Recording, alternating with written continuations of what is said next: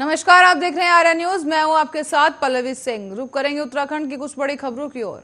मौसम विभाग के मुताबिक अगले 24 घंटे में नैनीताल, चंपावत और बागेश्वर जैसे जिलों में कई दौर की भारी बारिश की संभावना जताई गई है।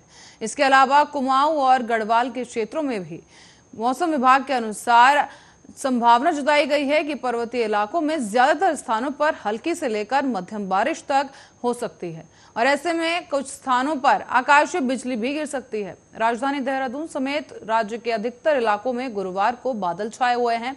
मसूरी में कल रात को बारिश हुई, तो वहीं चमोली जिले में बुधवार रात से ही बारिश हो रही है।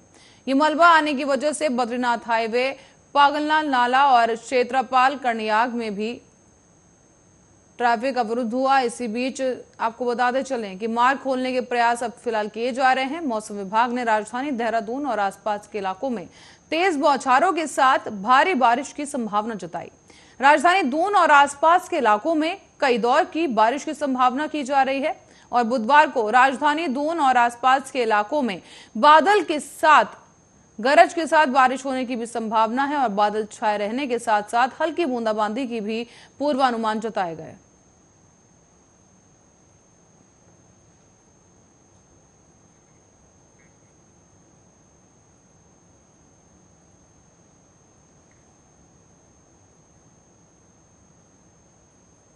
और उत्तराखंड के पूर्व मुख्यमंत्री हरीश रावत और भाजपा के राष्ट्रीय मीडिया प्रमुख के बीच में वार्ता हुई है और इसके साथ ही राज्यसभा सांसद अनिल बलूनी के बीच एक बार फिर से जुबानी जंग छिड़ गई है। और इसी बार अब बलूनी ने हरीश रावत के पाकिस्तानी सेना के जनरल को मतलब भाई कहने के मामले में आपत्ति जताई और हरीश रावत ने भी जवाब देने में देर नहीं लगाई।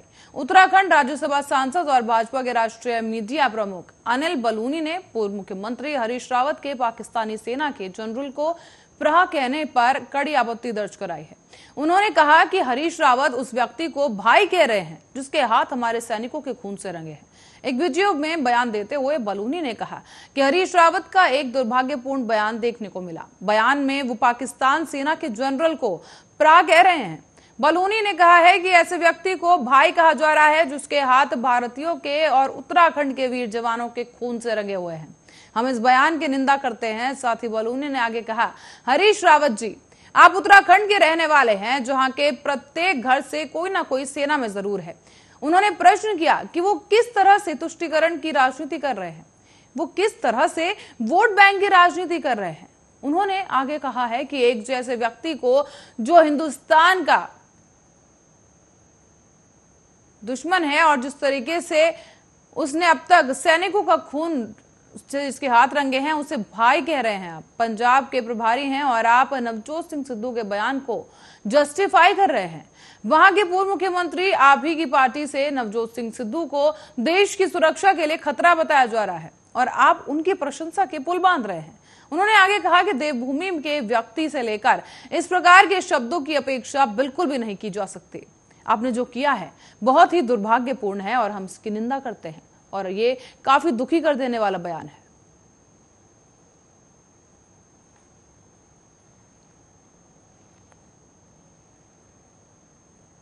और आयुष्मान भारत योजना की तीसरी वर्षगांठ पर आयोजित किए गए आरोग्य मंथन 3 कार्यक्रम में मुख्यमंत्री पुष्कर सिंह धामी ने कहा है कि अब आयुष्मान कार्ड बनाने के लिए कोई शुल्क नहीं देना होगा।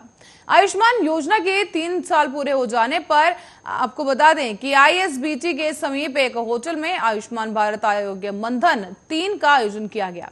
इस दौरान मुख्यमंत्री पुष्कर सिंह धामी ने कहा है कि आजाद भारत में पहली बार इस तरह की योजना लाई गई। जन स्वास्थ्य से जुड़ी इस योजना की पहुंच सीधा आम आदमी तक है। साथ ही अस्पतालों में कोई भी व्यक्ति भर्ती होता है तो पूरे परिवार की आर्थिक स्थिति ऐसे में बिगड़ जाती है। व्यक्ति को अपनी जमीन जेवर तक गिरवी रखने पड़ते हैं। ऐसे में ये योजना असहाय, बेसहारा और मजबूर लोगों का सहारा बन सकती है। योजना की जो भी खामियां हैं उन्हें साथ मिलकर दूर किया जाएगा। सीएम ने आगे कहा कि कुछ अस्पतालों ने समय पर भुगतान नहीं होने की बात रखी है और इसी के साथ ही कहा गया है कि 7 दिन में सभी अस्पतालों का भुगतान किया जाएगा। आगे आपको बताते चलें कि आयुष्मान कार्ड बनाने पर अब कोई शुल्क नहीं लगेगा, इसका भी ऐलान कर दिया गया है।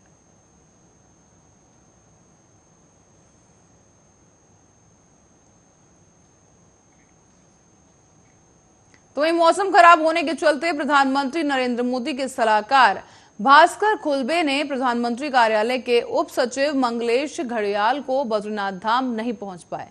ऐसे में मौसम खराब होने की वजह से बताया जा रहा है कि उन्हें ये देरी हुई और हेलीकॉप्टर आधे रास्ते से ही वापस लौट आया। हेलीकॉप्टर ने सेना के हेलीपैड पर लैंड किया और अब मौसम खुलने के बाद ही भास्कर खुलबे मंगलेश घड़ियाल बद्रीनाथ के लिए रवाना होंगे। प्रधानमंत्री नरेंद्र मोदी के सलाहकार भास्कर खुलबे और प्रधानमंत्री कार्यालय के उप सचिव मंगलेश घड़ियाल केदारनाथ के विभिन्न निर्माण कार्यों की समीक्षा करेंगे और इसी के साथ ही इनका निरीक्षण भी किया जाएगा। इसके बाद वो बद्रीनाथ धाम पहुंचने वाले थे और आपको बता दें कि अब जिलाधिकारी हिमांशु खुराना ने बताया है कि दोनों ही अधिकारी मौसम खुलने का इंतजार कर रहे थे और उसके बाद बद्रीनाथ धाम में दोपहर 2 से शाम के 6 बजे तक मास्टर प्लान के अनुसार प्रस्तावित विकास कार्यों का भ्रमण किया जाएगा। इसके बाद मास्टर प्लान को लेकर जिला और राज्य के अधिकारियों के साथ वार्ता की जाएगी और अगले दिन 24 सितंबर को वो सुबह 8:30 बजे बद्रीनाथ धाम से देहरादून के लिए रवाना होंगे। प्रधानमंत्री नरेंद्र मोदी के सलाहकार भास्कर ने ऋषिकेश कर्णप्रयाग रेल परियोजना के कार्यों का स्थलीय निरीक्षण किया है और ऐसे में रेलवे अधिकारियों ने मुख्य सलाहकार परियोजना की कार्य प्रगति का ब्यौरा दिया गया। भास्कर खुलबे ने अधिकारियों को मानकों और गुणवत्ता पर खरा उतरने पर निर्धारित समय विधि में निर्माण कार्य पूरा करने के निर्देश दिए। इसके आगे आपको बता दें, उन्होंने त्रिवेणी घाट पर संध्याकालीन आरती में शामिल होकर मां गंगा का आशीर्वाद लिया। बुधवार को प्रधानमंत्री के सलाहकार भास्कर ने शिवपुरी में ऋषिकेश और कर्णप्रयाग रेल परियोजना के निर्माण कार्यों का निरीक्षण भी किया। इस दौरान रेल विकास निगम के मुख्य परियोजना प्रबंधक हिमांशु बढ़ोनी ने भास्कर खुलबे को बताया कि सभी 9 पैकेज पर परियोजना का कार्य काफी तेजी के साथ आगे बढ़ाया जा रहा है। ये भी बताया गया कि 14 किलोमीटर से लेकर अधिक रेल सुरंग का निर्माण हो चुका है। ऐसे में अब परियोजना प्रबंधन ने प्रधानमंत्री के सलाहकार को ये तमाम जानकारी देते हुए बताया कि निर्धारित समय विधि साल 2024 तक परियोजना योजना का कार्य पूरा कर लिया जाएगा। इसके बाद अब भास्कर खुलबे शाम को त्रिवेणी घाट पर पहुंचेंगे और इसी के साथ ही कार्यक्रम को आगे बढ़ाया जाएगा। संध्याकालीन आरती में भी खुलबे शामिल होंगे।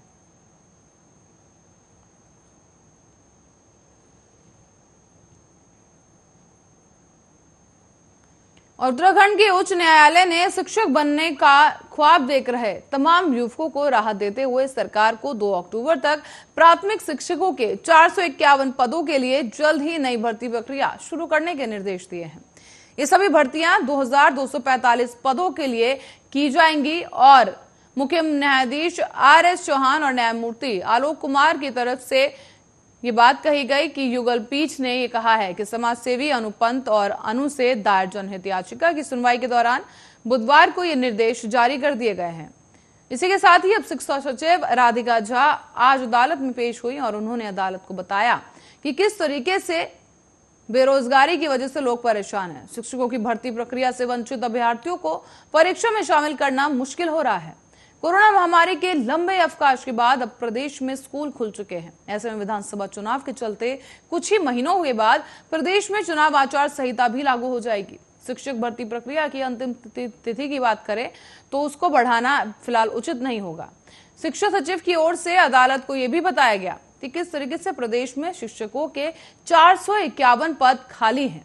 सरकार आने वाले समय में इन पदों को भरने के लिए प्रक्रिया शुरू कर सकती है। इसके बाद अदालत ने सरकार को इन पदों को भरने के लिए 2 अक्टूबर तक की प्रक्रिया शुरू करने का समय दिया है। इससे पहले भी आपको बताते चलें कि याचिकाकर्ता की ओर से यह कहा गया था कि प्रदेश सरकार की ओर से दिसंबर 2020 में प्राथमिक शिक्षकों को 2248 पदों को भरने के लिए भर्ती प्रक्रिया आरंभ की गई है, लेकिन कोरोना महामारी के संकट के दौरान इसके चलते CTET की जो परीक्षा है वो नहीं पूरी की गई और इसके परिणाम में देर से आने वाले हजारों छात्र भर्ती प्रक्रिया से वंचित हो गए।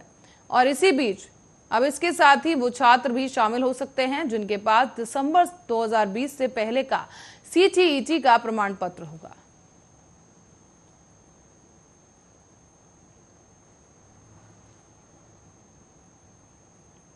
और उत्तराखंड के उधम सिंह नगर जिले में रुद्रपुर के खेड़ा क्षेत्र में आने वाले रिश्तेदार के घर जा रही एक महिला कमरे से रोशनदान से चुन्नी के फंदे से लटक कर उसने आत्महत्या कर ली है। कमरे में उसका 6 साल का बच्चा भी मृत पाया गया। माना यह जा रहा है कि महिला ने घरेलू कलह से तंग आकर अपने बेटे की ही हत्या करने के बाद आत्महत्या कर ली है। पुलिस ने दोनों शवों को पोस्टमार्टम के लिए भेज दिया और इसी के साथ ही मामला दर्ज कर आगे की कार्रवाई भी शुरू कर दी गई है। मृतका का नाम काजल बताया जा रहा है, जिसने लव मैरिज की थी और उनके 3 बेटे हैं। गुरुवार की सुबह को जब घर वालों ने काजल को आवाज दी तो उसने दरवाजा नहीं खोला। अनहोनी के अंदेशे के चलते घर वालों ने दरवाजा तोड़ दिया और उसके बाद कमरे के अंदर बेड पर कुलदीप मृत शव पड़ा हुआ था और इसी के साथ ही काजल भी रोशनदान में चुन्नी के फंदे पर लटकी हुई मिली। उन्होंने इसी सूचना जो है मृतक के पति और मायके वालों को दी, जिसके बाद ही आपको बता दें पुलिस को भी इस पूरे मामले की जानकारी दी गई। सीओ अमित कुमार कोतवाल के ब्रजेंद्र साथ टीम के साथ ही मौके पर पहुंचे और घटना की जानकारी ली गई। उन्होंने बताया कि पति मेवाराम से भी पूछताछ की जा रही है। कोतवाल साह ने बताया है कि कमरे में कोई सुसाइड नोट नहीं मिला। बेटे की तकिए से दबाकर हत्या करने के बाद महिला ने खुद फांसी का फंदा लगाकर आत्महत्या कर ली। ऐसे में महिला का अपने पति से विवाद चल रहा था, जिसकी वजह से महिला ने इतना बड़ा कदम उठाया। हालांकि पति से झगड़ा करने के बाद मृतका अपने बेटे को लेकर चचिया ससुर के घर आ गई थी।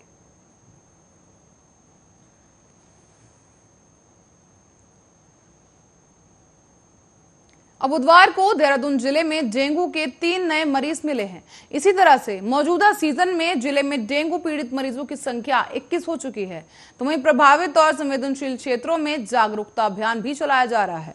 बताते चले कि जिला वेक्टर जनित रोग अधिकारी सुबेश जोशी ने बताया है कि बुधवार को जिन 3 मरीजों में डेंगू बुखार की पुष्टि हुई है, उसमें से 22 साल की एक महिला और 41 वर्ष और 31 वर्ष के 2 पुरुष शामिल हैं। IMM यूनिवर्सिटी शास्त्री नगर और पिट्ठूवाला के रहने वाले ये बताए जा रहे हैं और वर्तमान में इनमें से 1 मैक्स अस्पताल और 2 श्री महंत इंद्रेश अस्पताल में भर्ती किए गए।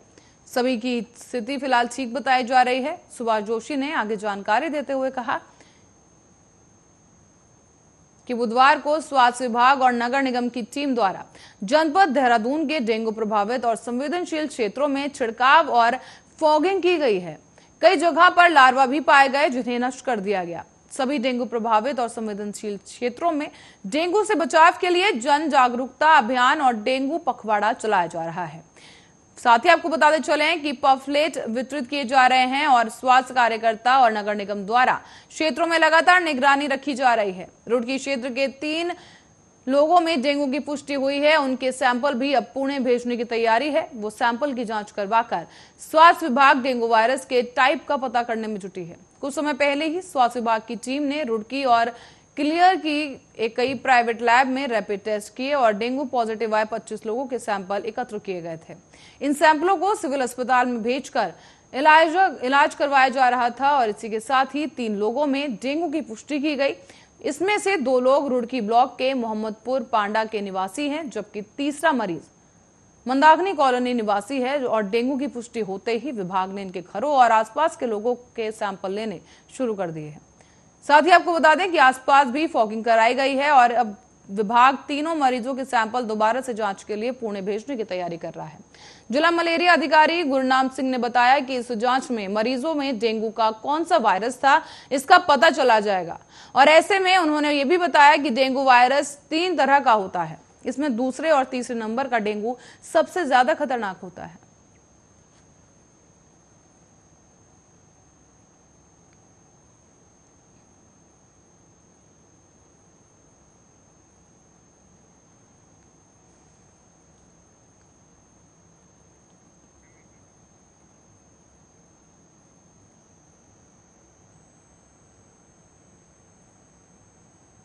उत्तराखंड के पिथौरागढ़ में तेंदुए के बढ़ते आतंक को देखते हुए अब डीएम डॉक्टर आशीष चौहान के आदेश के बाद पौड़ा, पबदेव, बजेटी, जीआईसी और चंडाक सड़क और तमाम ऐसे इलाकों में दबिश तेज कर दी गई है। साथ ही नाइट कर्फ्यू भी लगा दिया गया। ऐसा पहली बार होगा जब तेंदुए के आतंक के चलते शाम 6 बजे के बाद इन क्षेत्रों में लोगों को घरों में कैद होना पड़ेगा। एसडीएम नंदन कुमार ने यह भी बताया कि नाइट कर्फ्यू का उल्लंघन करने पर संबंधित व्यक्ति के खिलाफ आवश्यक कार्रवाई भी की जाएगी। आपको बता दें कि लगातार तेंदुए के आतंक के चलते ये निर्देश दिए गए। थाना कोतवाली को ये निर्देश जारी कर दिए गए हैं। साथ ही नाइट कर्फ्यू का प्रचार प्रसार करने के लिए थाना कोतवाली, वन विभाग और आपदा प्रबंधन अधिकारी को ये जिम्मेदारी सौंपी गई। जिला मुख्यालय से सटे हुए पाटा गांव में भी बीती रात को ही तेंदुए के आतंक का एक वीडियो देखने को मिला, जहां 8 साल के मासूम मानसी को तेंदुआ उठाकर ले गया था। सोमवार सुबह घर से 100 मीटर की दूरी पर ही वन विभाग को उसका शव मिला है। बुधवार को भी वन विभाग ने बच्ची को मारने वाले तेंदुए को आदमखोर घोषित कर दिया था और इसी के साथ ही क्षेत्र में दूसरा पिंजरा भी लगाया गया ताकि तेंदुए को पकड़ा जा सके। घटना के बाद से ही लोगों में आक्रोश है। साथ ही वन विभाग के खिलाफ तमाम नारेबाजी भी की गई। विभाग की कार्यप्रणाली पर भी सवाल उठाया गया और ग्रामीणों द्वारा प्रदर्शन किया गया है, जिसको देखते हुए अब डीएम ने कड़े दिशा निर्देश जारी कर दिए हैं। इलाकों में जेल लगा दी गई है, पिंजरे लगा दिए गए हैं ताकि तेंदुए को पकड़ा जा सके और लोगों से ये अपील की गई है कि वो समय रहते अपने घरों में कैद हो जाएं, क्योंकि तेंदुआ जब तक नहीं पकड़ा जाता ऐसे में शाम के समय घर से बाहर निकलना खतरे से खाली नहीं होगा।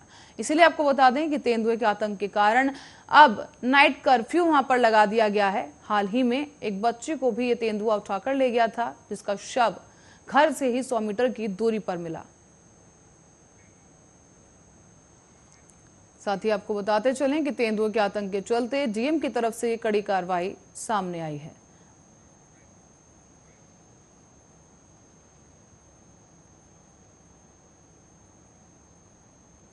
और इसी के साथ ही उत्तराखंड स्पेशल में फिलहाल के लिए इतना ही। देश दुनिया की तमाम खबरों के लिए बने रहे हमारे साथ, देखते रहें आर्या न्यूज।